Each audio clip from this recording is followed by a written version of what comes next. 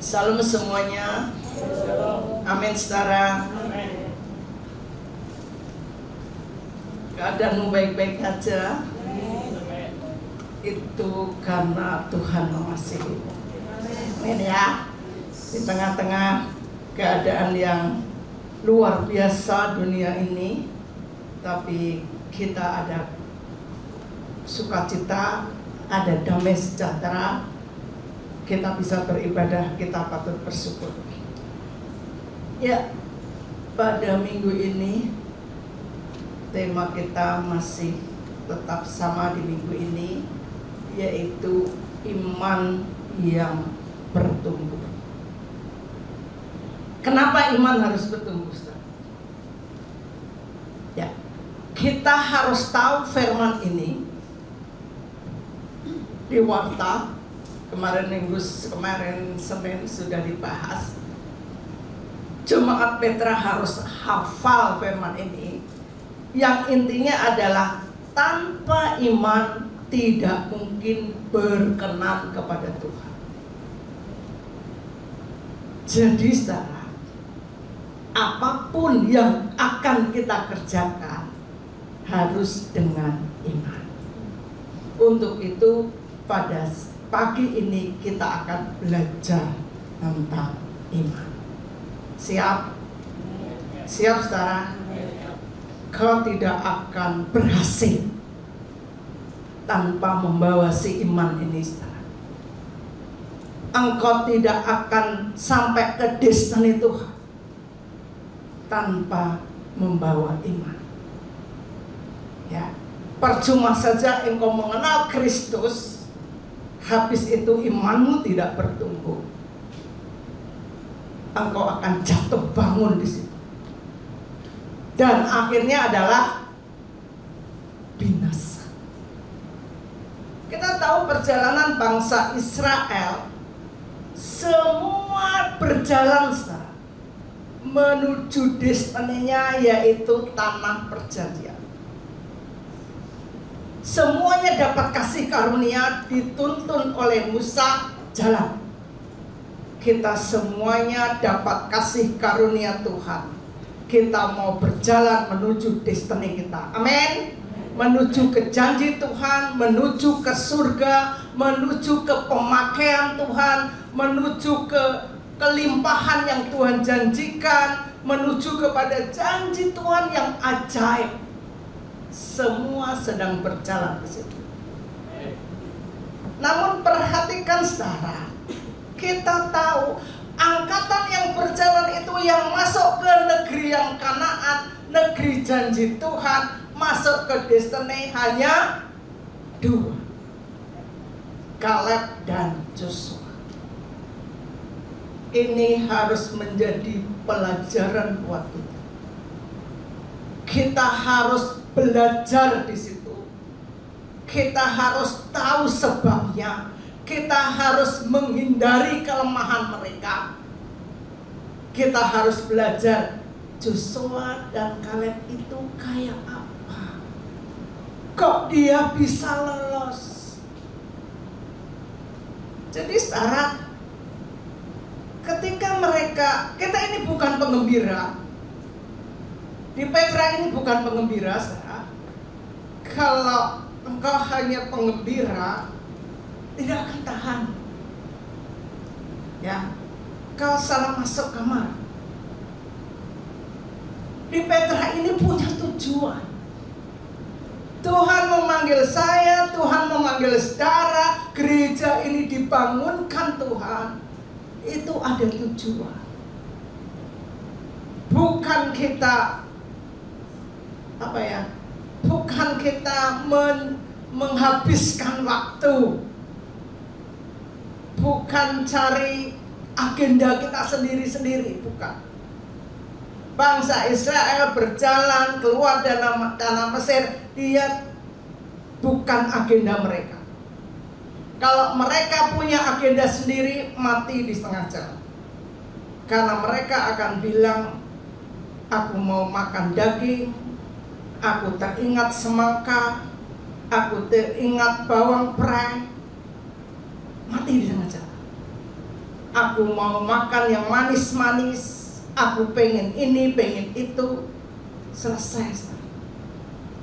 Yudas punya agenda sendiri. Dia mau cari keuntungan, dia mau cari uang, dia mau memperjuangkan kaumnya. Selesai. Jadi sekarang mari perhatikan dulu, kita sudah berangkat dari mengawali lebih dari hampir 24 tahun, ya. Kita nggak tahu sampai berapa tahun, tapi perjalanan mereka 40 tahun. Semoga kita nggak sampai begitu, kurang sedikit lagi sekarang. Karena sudah jam 10, jam 12 itu ganti hari, ganti acara. Ya, berbeda. Ya.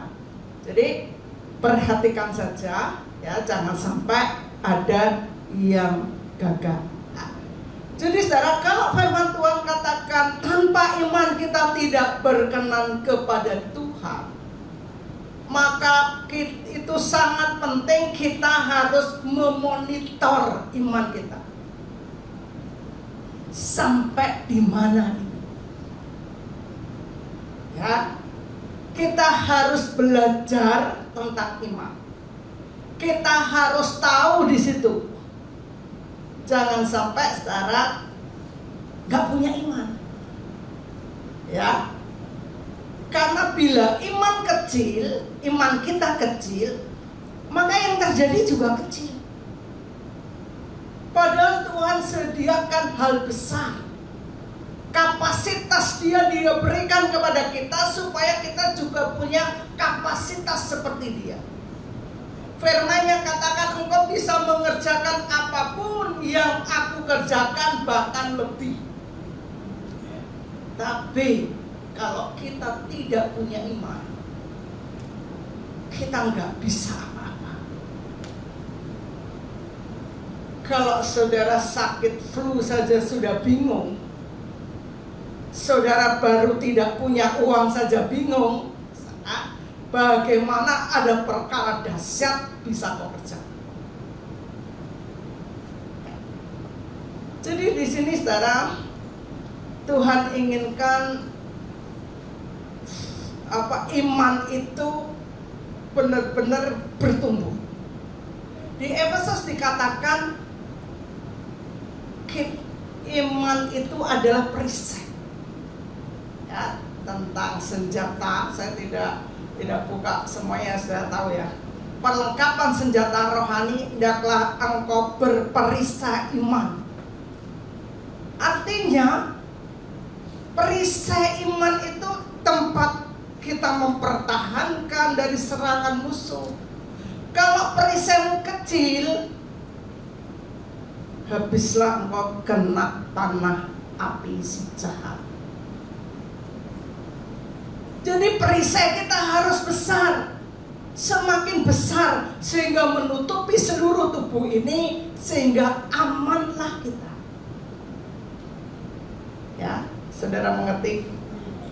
Jadi misalnya begini, kalau perisai kecil diserang kekhawatiran, bingung, muter-muter saja, tidak bisa maju, tidak percaya, tak punya uang bingung, sakit bingung, punya anak bingung, tidak punya anak bingung. Semuanya serba bingung. Karena apa? Diserang oleh iblis dengan ketakutan, dengan kekhawatiran, dengan ragu-ragu, dengan mengatakan tidak bisa ini mentok, tidak pernah bisa berpikir tentang keberadaan Tuhan. Banyak orang hanya memikirkan, menyadari tentang keberadaan diri kita. Keberadaan masalahnya besar, sakitnya besar, kebutuhan uang besar, tapi tidak pernah menyadari keberadaan Tuhan yang lebih besar dari semuanya. Dari semuanya itu ada Tuhan. Ketika orang tidak bisa punya iman yang besar, iman tidak bertumbuh, tidak pernah memonitor keadaan iman kita, bisa saja tidak punya perisai. Kemudian tidak bersemangat, mendengar kata orang, melihat keadaan sekeliling, ya, terus mentok serah, ya, mulai turun, berjalan menurut pikiran, menurut daging, menurut logika, menurut cara kita sendiri. Kalau orang tidak bisa membangun imannya, sebetulnya iman itu, kalau kita punya imannya, semuanya itu mudah. Semuanya tidak ada yang sukar, gampang. Semuanya percaya pada Kristus. Amin, saudara. Firman Tuhan katakan engkau harus menambahkan. Percaya pada Kristus, kau masih punya waktu untuk imanmu berkembang, bukan hanya percaya. Percaya di tengah jalan pun kau jadi tidak percaya. Misalnya begini, Tuhan itu tabib. Kau percaya pada Kristus, ternyata kau tidak percaya kalau dia tabib. Tuhan datang memberi hidup dan kelimpahan, kau percaya pada Kristus tapi tidak percaya dengan firman-Nya. Tuhan katakan cari dahulu kerajaan Allah dan kebenaran, maka semuanya kecil, semuanya ditambahkan, semua kebutuhanmu dipeliharakan Tuhan. Kau gak punya ngerti itu, sehingga yang terjadi kau tetap tidak memprioritaskan Tuhan, tidak cari Tuhan, cari semuanya. Apakah itu namanya percaya pada Kristus? Tetapi untuk iman itu berkembang, iman itu bertumbuh, iman itu besar. Kemarin Senin sudah saya sampaikan, kita harus baca firman, harus punya hubungan dekat dengan Dia. Kita harus bergaul erat dengan Dia, sehingga apa yang Ia punya terimpartasi di dalam diri kita. Amin, saudara. Iman itu harus dijagai, dipelihara. Kalau orang sedang beriman, itu seperti orang sedang mengandung. Jagai jangan sampai gugur. Kerjakan firman-Nya. Tanpa iman, orang akan jatuh bangun. Saya itu tetap terus belajar beriman, saudara. Karena perjalanan ini ketika saya hidup dengan iman, maka semuanya ringan. Suatu contoh, saudara, ini tentang wisudanya Gladys. Ditetapkan dulu sebelum kita daftar ke MUAR. Dia bilang wisudanya akhir Oktober sampai sekitar tanggal 3 November. Karena wisudanya tuh berhari-hari, ya kan, jurusannya banyak, mereka fakultasnya banyak, jadi sekalipun sehari 2 kali tapi udah berhari-hari gitu ya, bisa 10 hari atau 2 minggu. Terus perjalanan waktu nggak ada kabar. Dia bilang mungkin diundur. Dan Gladys bilang, "Mah, kalau itu pas hari kita di MUAR bagaimana?" Saudara, saya bilang, tidak mungkin. Kamu berdoa saja. Tidak mungkin. Memang pikiran saya nyut gitu ya, saudara, tapi saya sangat membangun iman saya itu tidak akan terjadi. Dan karena saya harus mempersiapkan beli tiket pesawat, pesan hotel, saya tidak bisa nunggu pengumuman. Karena hasilnya itu baru kemarin-kemarin. Karena kalau saya nanti mendekat harinya itu mahal.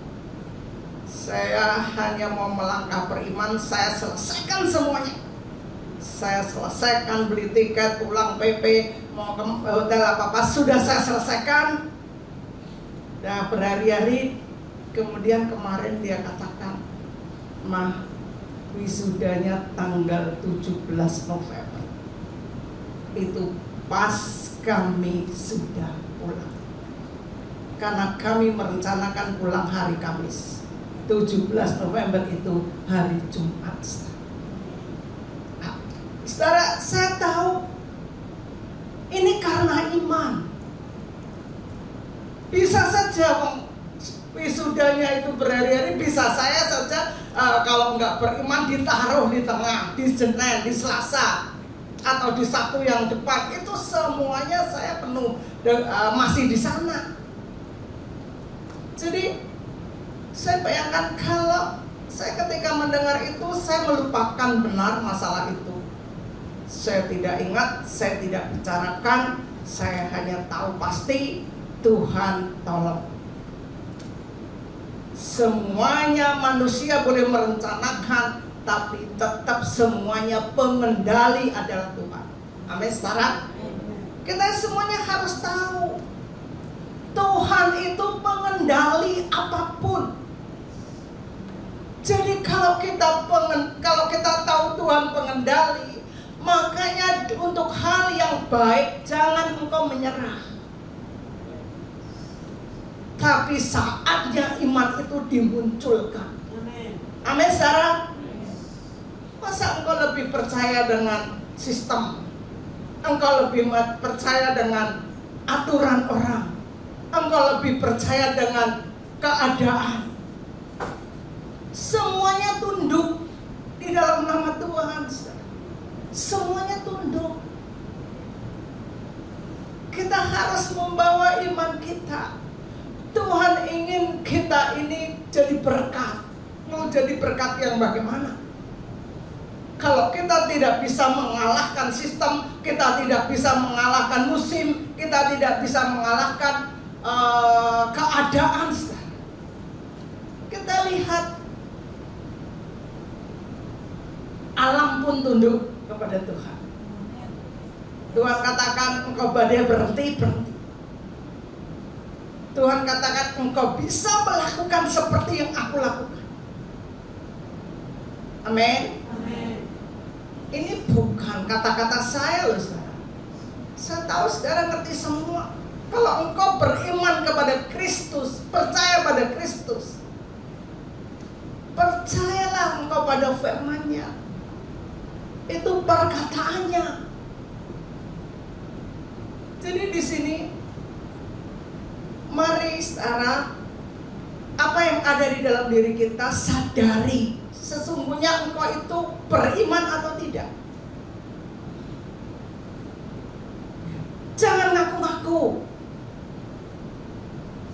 tapi kita harus membangun diri kita untuk melakukan dari step by step,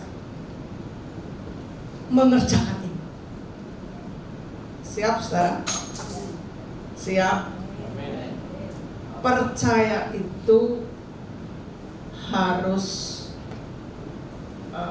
meningkat kepercayaan kita dari perkara kecil, atas, dan sebagainya. Karena percayalah saudara, tanpa iman kita tidak akan bisa menyelesaikan destiny kita. Tanpa iman, tantangan lepas tantangan di perjalanan hidup kita bisa membuat orang terkapar. Coba tolong buka 2 Timotius 4 ayat 7. Apa kata Paulus saudara? 2 Timotius 4 ayat 7. 2 Timotius 4 ayat 7. Aku telah mengakhiri pertandingan yang baik, Aku telah mencapai garis akhir dan aku telah memelihara iman. Amin, saudara. Paulus katakan dia sudah sampai garis akhir, memenangkan pertandingan yang baik, tidak lepas dari memelihara iman. Perjalanannya yang berat, tanpa dia memelihara iman kepada Kristus, sudah terkapar-kapar. Ya. Jadi di akhir distene Paulus dia katakan, aku telah memelihara iman. Jadi jagai iman itu harta yang luar biasa yang Tuhan taruh di dalam dirimu. Perhatikan, pelihara, jagai, dan harus bertumbuh. Siap, saudara? Saya ingin tunjukkan kepada saudara kisahnya.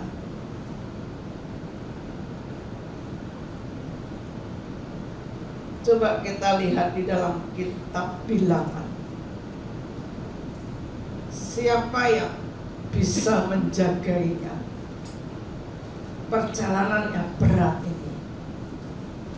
Di dalam perjalanan padang gurun itu 40 tahun itu gambaran, saudara. Gambaran perjalanan gereja Tuhan. Ya, itu kiasan. Jadi kita ini sekarang ini dalam hidup ini itu kayak dulu gambarannya. Makanya harus hati-hati. Kau harus punya iman yang luar biasa. Bilangan pasal 14. Kita akan lihat ya keadaan bangsa Israel ini. Saya akan uncat saja, nanti saudara baca semuanya. Mulai ayat yang ke-6. Bilangan pasal 14 ayat 6. Tetapi Yosua bin Nun dan Kaleb bin Yefune, yang termasuk orang-orang yang telah mengintai negeri itu, mengoyakkan pakaiannya dan berkata kepada segenap umat Israel, negeri yang kami lalui untuk diintai itu adalah luar biasa baiknya. Jika Tuhan berkenan kepada kita, maka Ia akan membawa kita masuk ke negeri itu dan akan memberikannya kepada kita, suatu negeri yang berlimpah-limpah susu dan madunya. Hanya janganlah memberontak kepada Tuhan, dan janganlah takut kepada bangsa negeri itu, sebab mereka akan kita telan habis. Yang melindungi mereka sudah meninggalkan mereka, sedang Tuhan menyertai kita. Janganlah takut kepada mereka. Ya, sampai di sini dulu, saudara. Kaleb, Yefune dan Joshua ini menyadari, saudara,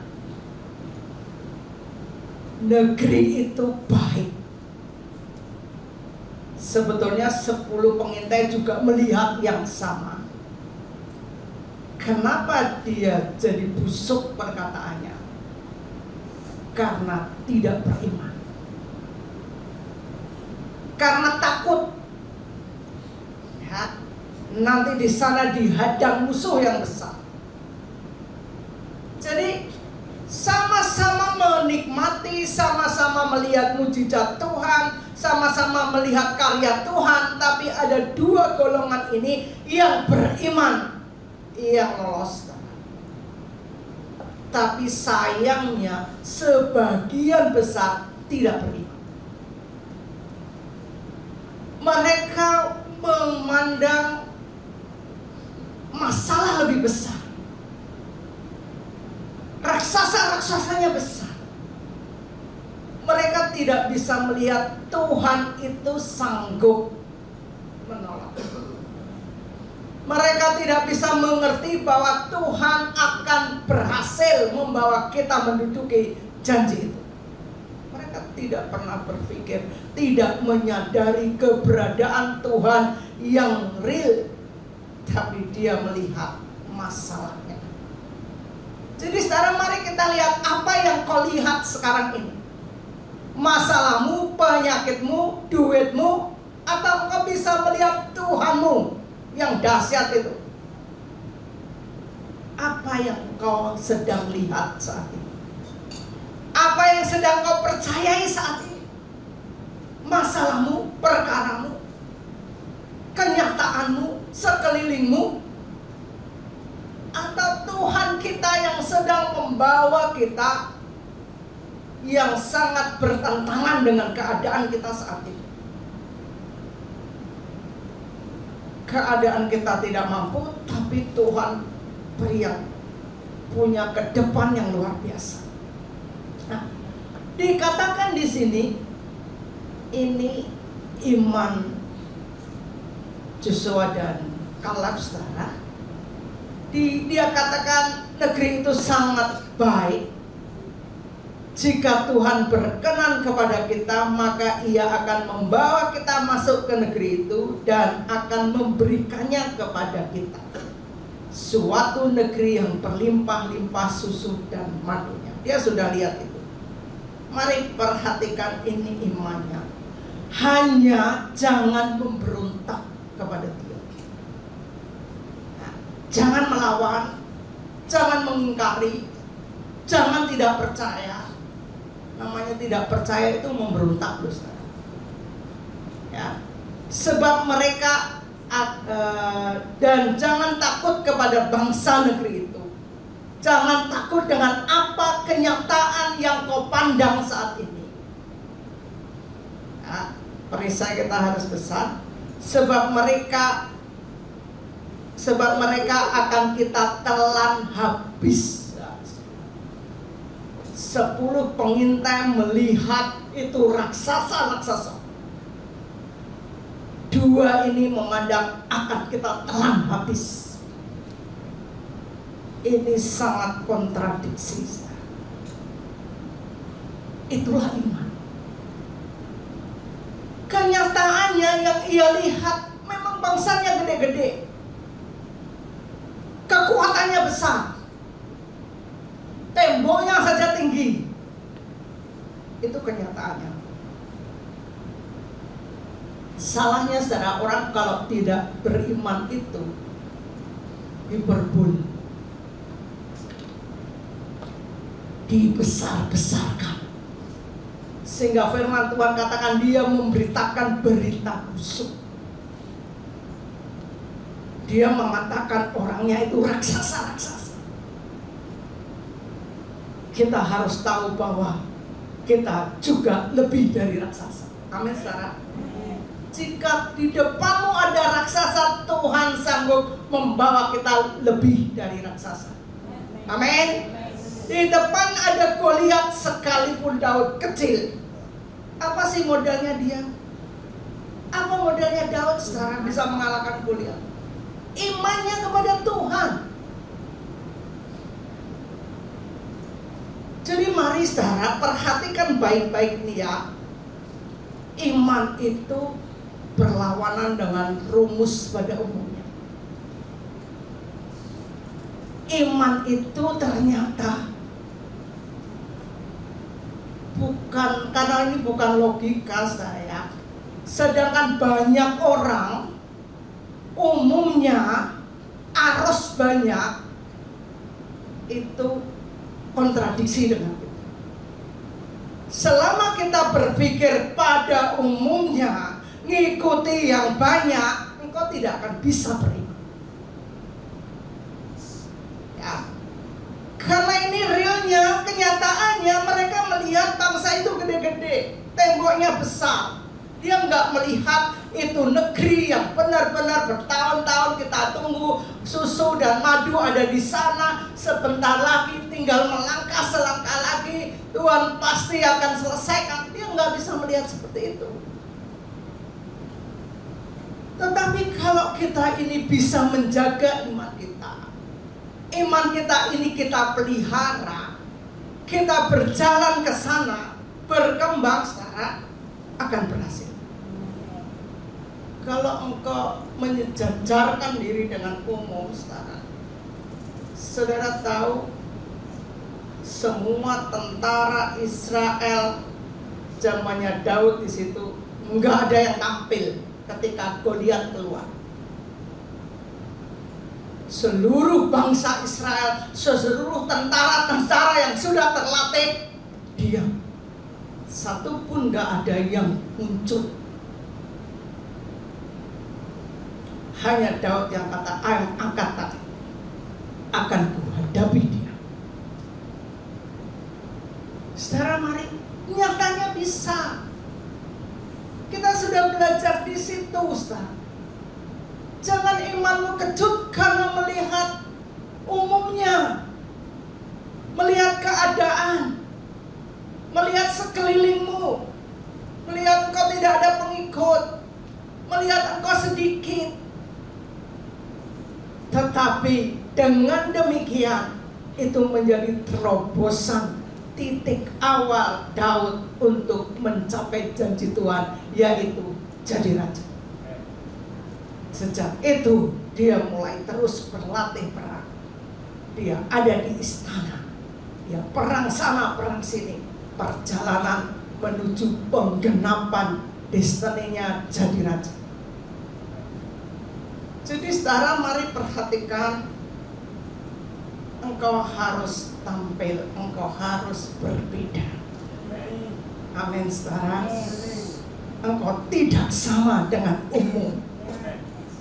Jadi bangun imanmu, engkau berbeda. Bangun imanmu untuk tidak sama, engkau melebihi mereka. Amin saudara. Itu harus menjadi kapasitas kita, yaitu kapasitas yang berbeda. Siap saudara? Menggah-menggah enggak saudara? Ya. Coba lanjutkan lagi ayat di bawahnya. Ayat 10. Lalu segenap umat itu mengancam hendak melentari kedua orang itu dengan batu. Tetapi tampaklah kemuliaan Tuhan di kemah pertemuan kepada semua orang Israel. Tuhan berfirman kepada Musa, berapa lama lagi bangsa ini menista aku, dan berapa lama lagi mereka tidak mau percaya kepadaku, sekalipun sudah ada segala tanda mujizat yang kulakukan di tengah-tengah mereka. Iya, saudara. Kalau saudara lanjutkan, Tuhan bersumpah, bangsa ini tidak akan masuk kepada janji Tuhan. Jadi kembali lagi, berhasilnya kita hanya tergantung pada iman kita. Hati-hati saudara. Ketika engkau tidak bisa beriman, perkataan menjadi perkataan yang kotor, yang busuk, perkataan yang menista Tuhan dan memprovokasi yang lain. Hati-hati saudara. Ya, jika engkau diprovokasi, bagi orang yang pahit, bagi orang yang tidak percaya, bagi iman yang tidak bertumbuh, tidak ada keberhasilan di situ. Bahkan binasa. Saya nggak melebih-lebihkan. Semuanya tahu, semuanya binasa di situ. Jadi saudara, mari perhatikan, kita harus bisa membawa iman kita menjadi iman yang luar biasa. Lanjutkan ayat 24.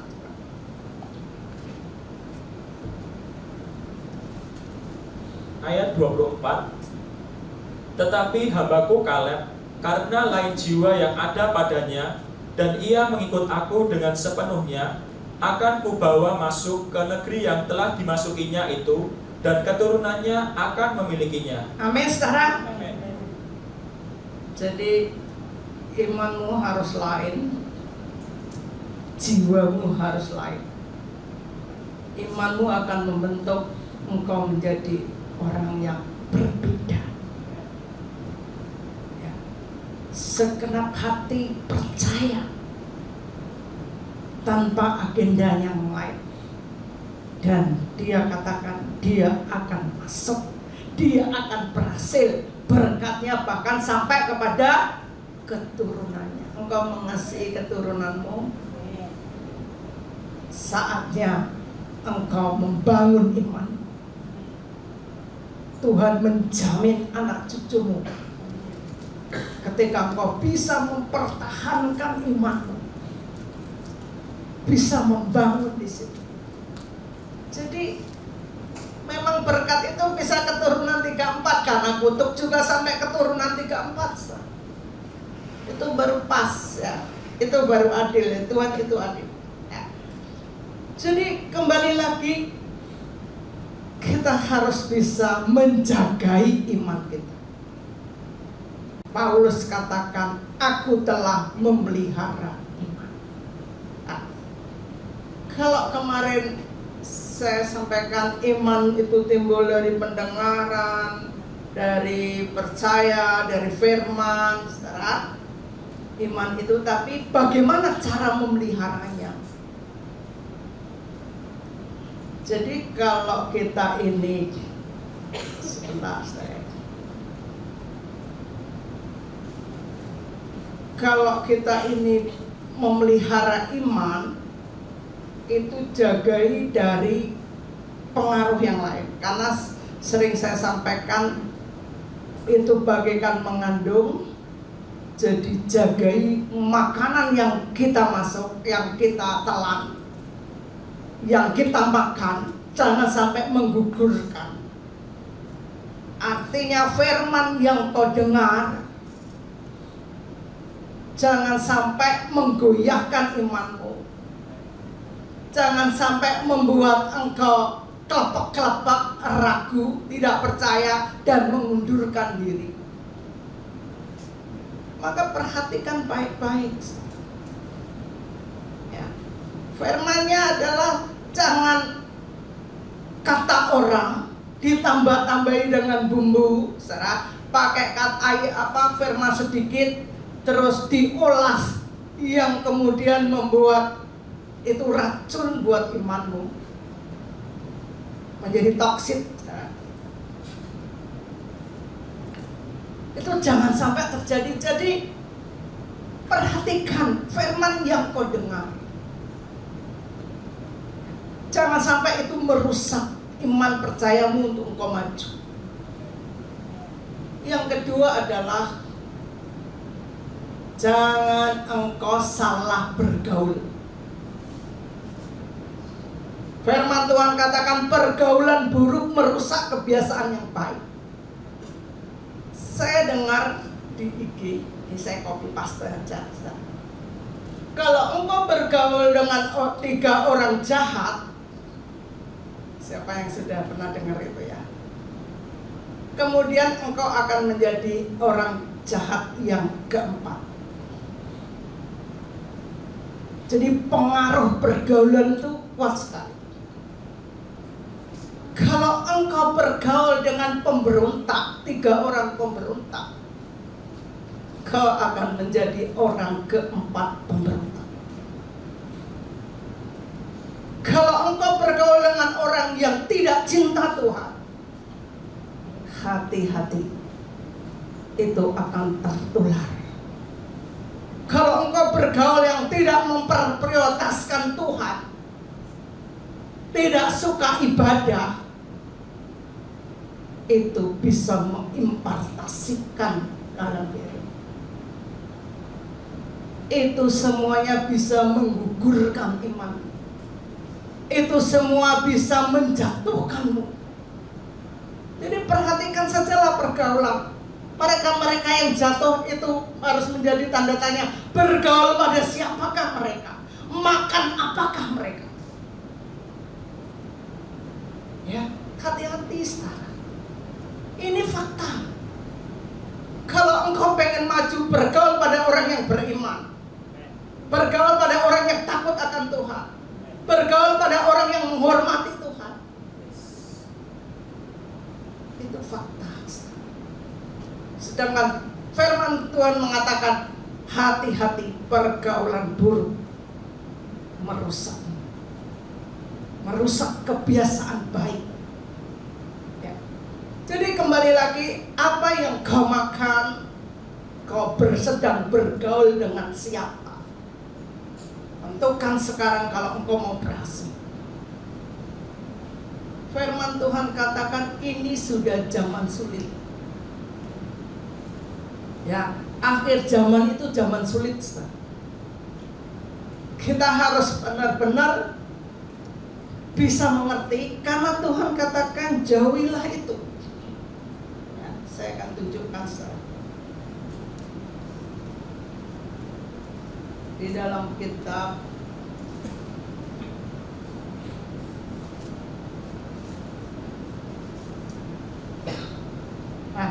kitab 2 Timotius pasal 3 ayat yang kelima. 2 Timotius pasal 3 ayat 5. Secara lahiriah mereka menjalankan ibadah mereka, tetapi pada hakikatnya mereka memungkiri kekuatannya. Jauhilah mereka itu. Amin, saudara. Ini perkataan Tuhan. Secara lahiriah, ibadah itu kayak minum obat, saudara. Jadi kalau tidak ibadah nggak enak. Sekalipun ibadahnya amburadul, pokoknya ada di gereja kalau ini. Itu namanya memungkiri kekuatan ibadah. Jadi kalau sudah ada di gereja sudah tenang. Nggak karuan itu ibadah berkenan, nggak karuan pikirannya di mana, nggak dengar firman, ibadah disambi-sambi makan, ya, disambi-sambi apa gitu. Jadi kayak minum obat saja. Ini zaman akhir. Mereka secara lahiriah menjalankan ibadah, tetapi mereka memungkiri kekuatannya, dan firman Tuhan katakan jauhilah. Karena kalau tidak dijauhi itu mengimpactasi dirimu, menggugurkan iman. Karena secara lahiriah itu baik-baik saja, dia juga ibadah, dia juga benar, tapi itu hanya rutinitas. Itu hanya kayak minum obat, nggak minum, aku udah minum obat belum ya, nggak gitu. Hanya begitu.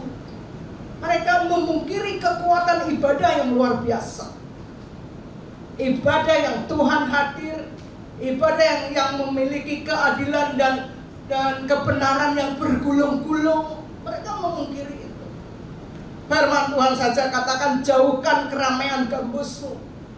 Mau cari ibadah yang hanya duder. Datang konser saja. Mereka memungkiri kekuatan. Jadi saudara, mari perhatikan, kita ibadah cari apa? Mau menyukakan hati atau menyukakan Tuhan? Jangan memungkiri kekuatan ibadah. Jadi di sini firman Tuhan di akhir zaman yang mengatakan jauhilah mereka. Bukan kata saya, saudara. Kalau nggak percaya nanti dibaca diulang-ulang, saudara. Silakan kalau mau protes ke saya, sampaikan saja. Ya. Jadi di sini mari perhatikan, coba ayat yang ke-7. Ayat 7, yang walaupun selalu ingin diajar, namun tidak pernah dapat mengenal kebenaran. Ya, haus itu hanya bergaya, saudara. Rindu itu hanya angan-angan, ya? Rindu untuk dekat dengan Tuhan, rindu untuk seperti dulu, ya? Itu hanya itu angan-angan, ya. Karena dikatakan namun mereka tidak pernah mengenal kebenaran, walaupun gayanya selalu ingin haus dan lapar akan Tuhan. Jadi saudara, mari, ini sangat penting perkara iman, karena ini yang menentukan keberhasilan kita. Kita berhasil atau tidak dari situ, ya, dari iman kita. Kalau iman kita tidak berkembang, iman kita tidak tahan uji, maka akan jatuh. Coba satu ayat lagi, masih tetap di Timotius tadi, pas ayat yang ke-8. Ayat 8, sama seperti Yanes dan Yambres menentang Musa, demikian juga mereka menentang kebenaran. Akal mereka bobrok dan iman mereka tidak tahan uji. Iya, saudara. Ya, imannya tidak tahan uji. Yang ada adalah pemberontakan. Di padang gurun mereka melihat tidak ada daging, tidak ada bawang prei, tidak ada semangka. Mereka melihat negeri yang diintai mengerikan, imannya tidak tahan uji. Kemudian mereka adalah memberontak. Ya, jadi dikatakan juga akal mereka bobrok. Jadi sudah tidak ingat lagi kebaikan Tuhan dahulu. Orang yang tidak tahu keadilan, orang yang tidak mengerti, taunya adalah sekarang butuh ini, sekarang butuh itu. Itu Yanes dan Yambres. Jadi saudara, mari perhatikan baik-baik. Kau harus memiliki iman yang kuat. Imanmu harus bertumbuh. Ya, jagai apa yang kau makan, jagai pergaulanmu, saudara. Beri makan imanmu ini dengan membaca firman, dengan memiliki hubungan yang dekat dengan Tuhan. Ya, peliharakan itu. Karena firman Tuhan itu ya dan amin, janjinya itu ya dan amin, destinimu itu ya dan amin, destiny gereja ini yang ya dan amin. Keberhasilan kita ini ditentukan kepercayaan kita, ditentukan iman kita. Amin. Amin saudara. Tuhan mengasihimu dan memberkati. Amin. Mari kita akan tundukkan kepala.